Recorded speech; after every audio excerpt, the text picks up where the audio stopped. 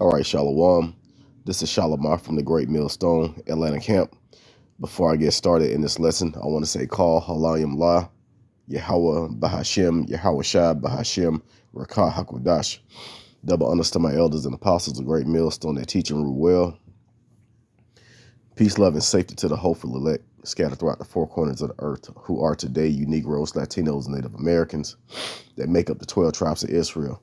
And first, I want to say Salakia. I'm a little under the weather. So, I'm doing a lot of coughing and sniffing. So, Salakia for that. But I did want to go into, because I'm sitting here watching the news. And first of all, the only thing I see is shootings, more shootings. Um, and then they start talking about, um, stores closing. Then they're talking about lab grown meat. And that's just showing us that the evils are about to increase on this place.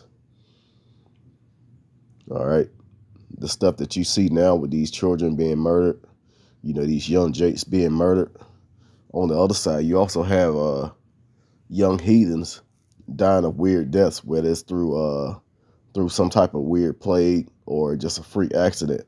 Hey, these things are happening worldwide. All right. So the things to come real soon, what you have to look forward to is inflation. The food, gas, everything is going to continue to go up. They're talking about a recession worse than 2008. Now everything's gonna crash like it did back then, but the prices are not gonna drop. Everything's still gonna be sky high because this type of inflation, every the prices didn't double. For example, the housing market, the prices of these houses didn't double. They in some cases triple or quadruple. All right. Even if because I was in the market a couple of years ago, and even if I found a cheap house, I'm like, well, maybe I can get in this and turn this basement into a whole nother apartment. Put in this wall, put in this floor. I was finding things that I could increase the value on, and they were cheap. And still, I would get outbidded by these large companies that were buying up everything. And now that they have bought up everything, they're renting them out to people that can't afford them. Well, they'll tell you that you can afford it, but if you was making 45,000 3 years ago, and now you're making, that was okay back then. Uh, let's go back to 5 years. Say 5 years ago you was making 45,000. Now you're making, say you increase 1,000 a year. You get a raise every year. You make an extra $1,000 every year, so you're making 50,000 now. The average human can't live over here in Babylon, United States of America, off $50,000. So what's going to happen? People are going to start scamming to get money. People are going to do all kind of things to get money. They're going to start thieving stores, just picking up stuff and running out. I saw a video where they said it was like 200 people ran into Walmart and just destroyed the whole store. That's getting ready to happen on a large scale. All right. And then what's going to happen next is the MOTB, which is the CHIP, the CHIP. Put those two together. CHIP.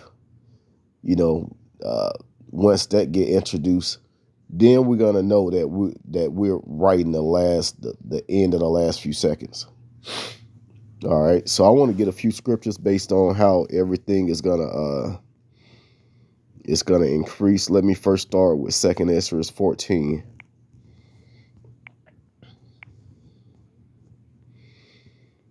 And I think it's around verse 16. Yeah, I started at verse 16. It says, "For yet greater evils than those which thou hast seen happen shall be done hereafter. For look how much the world shall be weaker through the age, so much the so much the more shall evils increase upon them that dwell therein." So evils are getting ready to increase in all the land.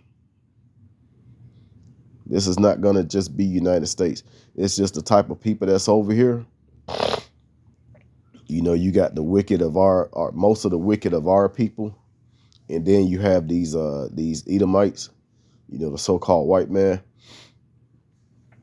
This place is gonna be when things, sedition and famine and all that really hit this place, it's gonna be way worse than what happened in South Africa, what happened in Australia, you know, what happened in all these other countries. All right. It says, "For the time is fled far away, and leasing is hard at hand. For now haste the vision to come, which thou hast seen." Yeah, this is Uriel, the angel, talking to Ezra, in the vision that he saw. You know, all these things that he gave him to see. Salakia. Uh, he's basically saying, "Hey, flee from these times." Meaning, we need to get ready to get the hell out of here. Don't get comfortable here. Who want to be comfortable eating lab grown meat? Who want to be comfortable, you know, making sure nobody breaks in your house and steal what you have? All right. Who want to be comfortable working these dead end jobs and you barely have enough money to pay your bills? There's no comfort in that. The comfort is in the scriptures letting us know that we're about to get the hell out of here and the Lord is going to finally give us rest. All right, that's the comfort. So we seeking to flee from these times. Let's go to Amos chapter 5.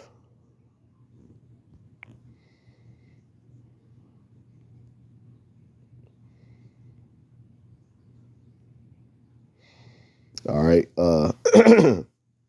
Salakia. Amos chapter 5 and verse 16 says, "Therefore said the Lord, Salakia, therefore the Lord, the power of hosts, the Lord said thus, wailing shall be in all streets, and they shall say in all the highways, at last, at last. And they shall call the husbandmen to mourning, and such are as skillful of lamentation to wailing." Yeah, it's not going to be, you're not going to have a way to make money. Now, one thing I can see that's going to happen in this place is going to be trading. All right. Now you can see that with a lot of these apocalyptic movies, a lot of these zombie movies. You know, there is no money. There's no money. People are going to be trading guns and ammunition for food. People are going to be trading food for ammunition and guns. Or just killing the person and taking what they have. You know, they just going to be taking lives. It's not going to really be people that to trust in this place to trade with. Then you're going to have groups of people that's going to be linked together. But those are still going to turn on each other.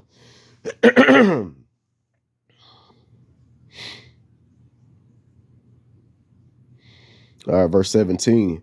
"In all vineyards shall be wailing, for I will pass through thee, said the Lord." Yeah, the Lord is about to really pour out these plagues. And we're hoping that this happens soon. We're tired of Esau putting stuff in the air and in the water system, making us sick. You know, this is not even the real place that's going to come. The real place are going to really be dropping people. All right. The real famine is when people are not going to be working. The real sedition is when there is not going to be a government. And this government is looking at a shutdown soon because they ran out of money. People are not going to work for free. It's going to go into protection mode. Every man for himself. And a lot of these elites over here of this current world, they're gonna flee out of this place and just leave you people to fend for yourselves. No more police, no 911. You probably have troops on the ground, but they're gonna be there to put you in concentration camps. All right. That job that you love so much, that job is gonna disappear. What you gonna do? Work for free? You got a chance if you got some farm animals, which Esau trying to kill those off too. Like I said, he was talking about animals giving off pollution, and that's destroying the earth. No, you the damn animal that's giving off pollution. Esau, Edom, that's destroying everything. Saying you can now, instead of animals giving off pollution, you can now grow their meat in the lab. Man, that's wicked as hell. Why would the Lord put these animals on the earth to destroy the earth? They put these animals on the earth so man can rule over them, so they can be food for us, so we can use them as tools in certain cases to till the ground. All right, even for cleanup, you have vultures, pigs. You got animals that's made to clean the earth up.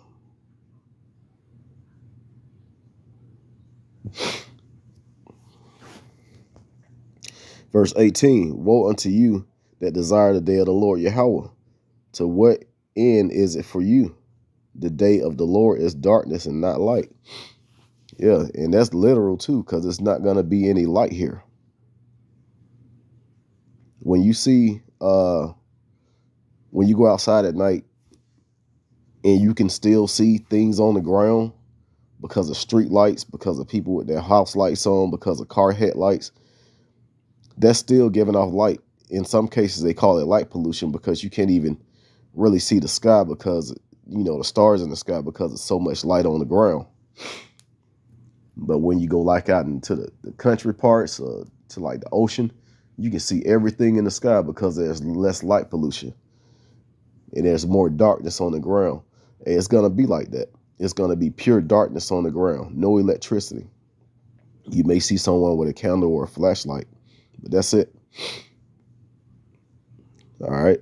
Verse 19, as if a man did flee from a lion. Oh, let me go back. Verse 18. Yeah, that darkness is people not having a clue what's going on. Of course, the light is symbolic for knowledge. Even don't matter how smart you are, how good you are with survival tactics. If you don't have the knowledge of the scriptures, hey, the Lord is not dealing with you in that time. The scriptures say wisdom and knowledge should be the stability of that time. The wisdom and knowledge of the scriptures. The Lord is going to bless us with ways to survive in that time. Angels are going to be watching over the men of the Lord, the hopefully elect. Lord's willing, I'm part of that number. Me and the brothers of Great Millstone, especially starting with the elders and apostles on, at the top all the way down. Lord's willing, we're going to be led to salvation through these times of trouble, through, going into Jacob's trouble. All right. So the people are not going to have a clue what to do out here. All they're going to know is they need to eat, or they may be dying because of some type of weird disease they have.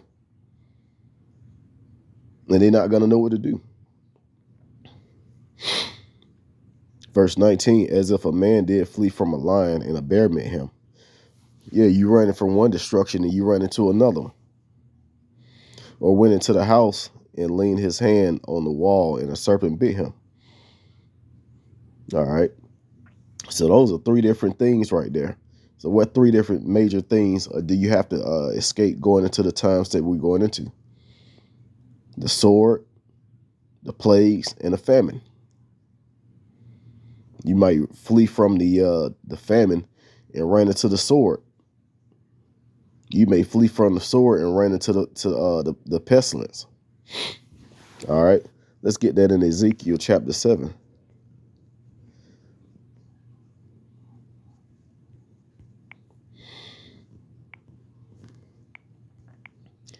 Ezekiel 7, I'm going to start around verse 5.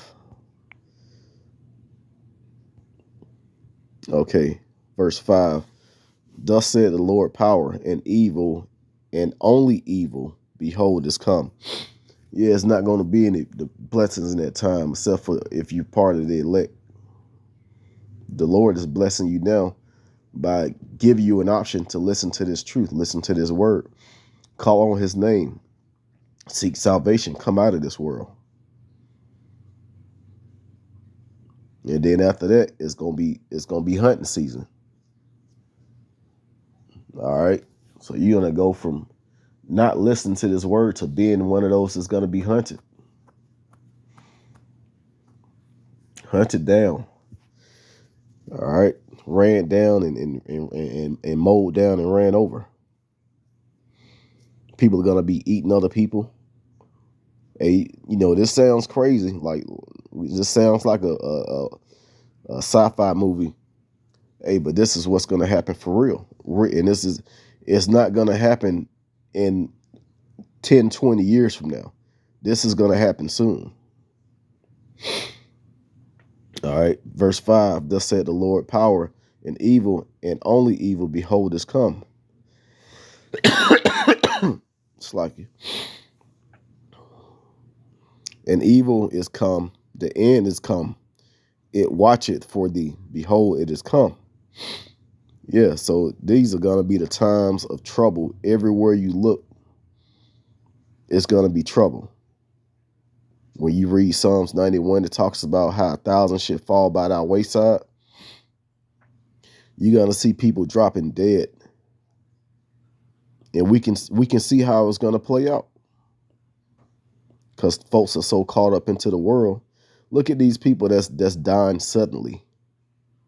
This sudden death thing. We already know what that's about. I'm not even going to bring that up, but it's people right now just dropping dead. All right, let me go down a little bit.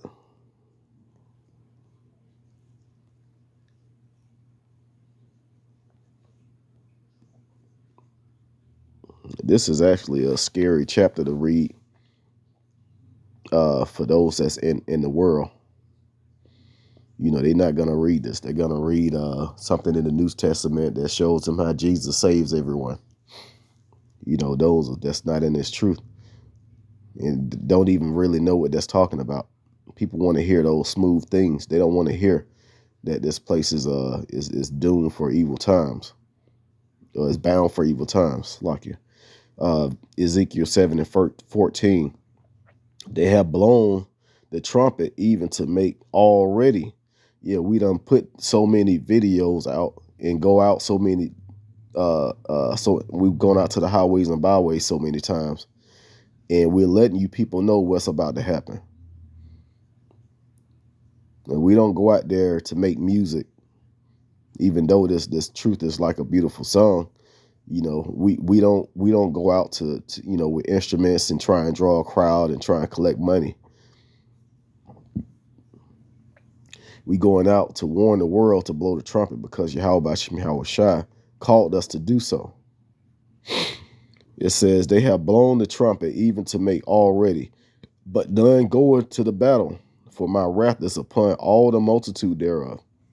Right, Yahweh Shai is not going to spare anyone in this time, unless you're part of the elect of Israel in the 144,000.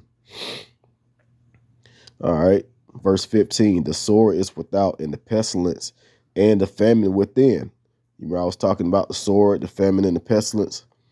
Those are the major three things that's going to happen on this place. And the way people can dodge those is by leaning towards the government, taking the implant. All right, looking for some type of government assistance, and still it's going to be pure evil in that time. You may take the implant and still get murdered. You may take the implant and get you a stock of food just for one of the someone else to run up in your house and take it from you and murder you. All right, verse 15, the sword is without, and the pestilence and the famine within. He that is in the field shall die with the sword, and he that is in the city, famine and pestilence shall devour him. All right. So, hey, just like I read in Amos chapter 5, yeah, it's no escaping this. It's no escaping this. And they were saying that the best place to be in the United States when all of this hit is the Appalachian Mountains. You still, they still got bears and stuff up there. These animals gonna do a number on these people too. You still got them wild ass hillbilly Edomites up there. So it's no escaping this destruction. All right. So I'm gonna go ahead and end there. I pray that this was edifying. I want to give all praises, honor, and glory to Yahweh, Bahashem, Yahweh Shai, Bahashem, Rakah Kwadash. Double honors to my elders and apostles, a great millstone that taught us his truth. Shalom to the whole elect.